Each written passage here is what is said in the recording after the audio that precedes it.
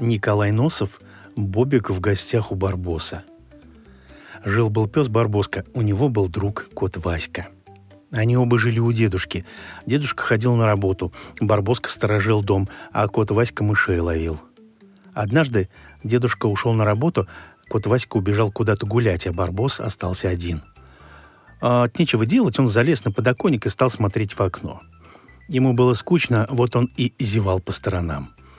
«Дедушке нашему хорошо», — подумал Барбоска. «Ушел на работу и работает. Ваське тоже неплохо, убежал из дома и гуляет по крышам. А мне вот приходится сидеть дома и сторожить квартиру».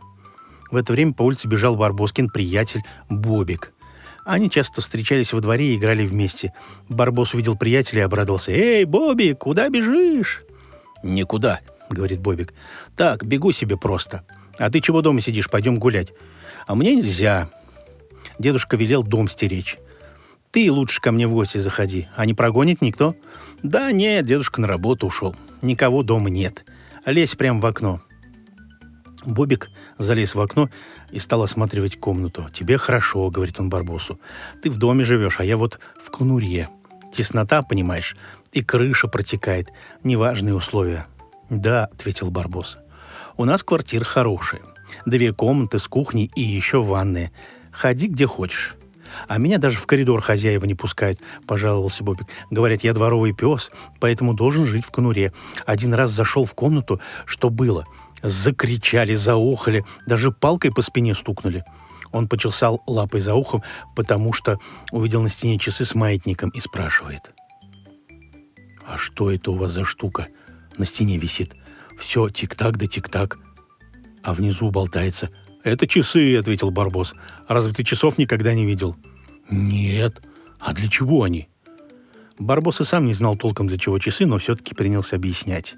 «Ну, это такая штука, понимаешь, часы. Они ходят». «Как ходят?» — удивился Бобик. «У них ведь нет ног».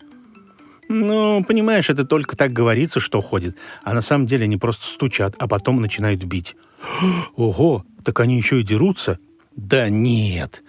Ну, как они могут драться? Так ведь ты же сам сказал бить. Бить — это значит звонить. Бом-бом. Ну так бы и говорил». Бобик увидел на столе гребешок и говорит. «А это что у вас за пила?» «Какая пила? Это гребешок. А для чего он?» «Эх ты», — говорит Барбос, — «сразу видно, что весь век в конуре прожил. Не знаешь, для чего гребешок?» «Причесываться». «Как это причесываться?» Взял Барбос гребешок и стал причесывать у себя на голове шерсть. «Вот, смотри, как надо причесываться. Вот так вот, смотри. Подойди к зеркалу и причешись». Бобик взял гребешок, подошел к зеркалу, увидел в нем свое отражение. «Послушай», — закричал он, показывая на зеркало, — «там какая-то собака». «Так это ведь ты сам в зеркале», — засмеялся Барбос. «Как я? Я ведь здесь, а там другая собака». Барбос подошел к зеркалу, Бобик увидел его отражение и закричал. «Ну вот, теперь их уже 2». «Да нет», — сказал Барбос, — «это не их 2, это нас 2. Они там в зеркале не живые». «Как не живые?» — закричал Бобик. «Они же ведь двигаются». «Вот чудак», — ответил Барбос. «Это мы двигаемся. Видишь, там одна собака на меня похожа».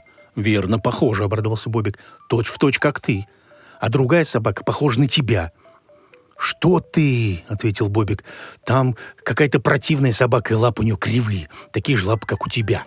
«Нет, это ты меня обманываешь. Посадил туда каких-то 2 собак и думаешь, я тебе поверю», — сказал Бобик. Он принялся причесываться перед зеркалом и вдруг, как засмеется. «Глянь-ка, а этот чудак в зеркале тоже причесывается, вот умора». Барбос только фыркнул и отошел в сторону. Бобик причесался, положил гребешок на место и говорит. «Чудно тут у вас.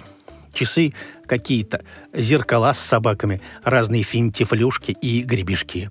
А у нас еще телевизор есть», — похвастался Барбос и показал на телевизор. «Ого, чего это?»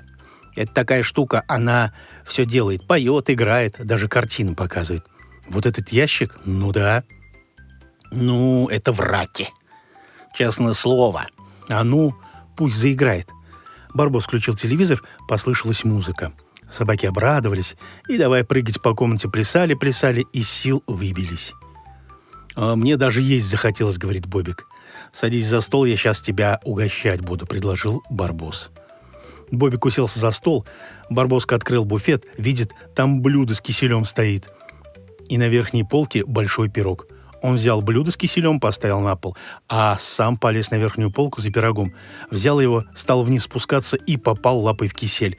Подскользнувшись, шлепнулся прямо на блюдо, и весь кисель у него размазался по спине.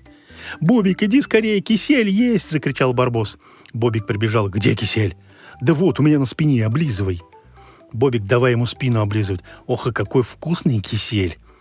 Потом они перенесли пирог на стол, сами тоже на стол уселись, чтобы удобнее было есть. Едят и разговаривают.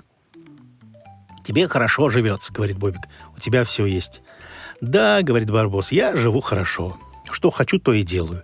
Хочу бережком причесываюсь, хочу на телевизоре играю, ем и пью. Что хочу, или на кровати валяюсь». «А тебе позволяет дедушка?» «Что мне дедушка, подумаешь, это кровать моя». «А где же дедушка спит?» «Да он там, в углу, на коврике». Барбоска так заврался, что не смог уже остановиться. «Здесь все мое», — хвастался он, — «и стол, и буфет, и все, что в буфете, тоже мое». «А можно мне на кровати поваляться?» — спросил Бобик.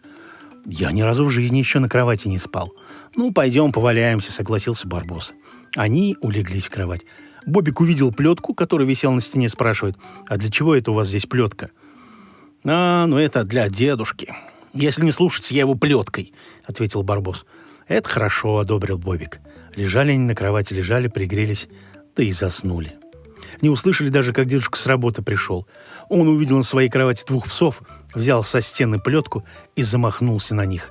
Бобик с перепугу выпрыгнул в окно и побежал в свою конуру, а Барбос забился под кровать так, что его даже половой щеткой нельзя было вытащить. До вечера там просидел. Вечером вернулся домой кот Васька, он увидел Барбоса под кроватью и сразу понял, в чем дело. «Эх, Васька», — сказал Барбос, — «опять я наказан. Даже сам не знаю за что. Принеси мне кусочек колбаски, если тебе дедушка даст». Васька пошел к дедушке, стал мурлыкать и тереться спинкой о его ноги.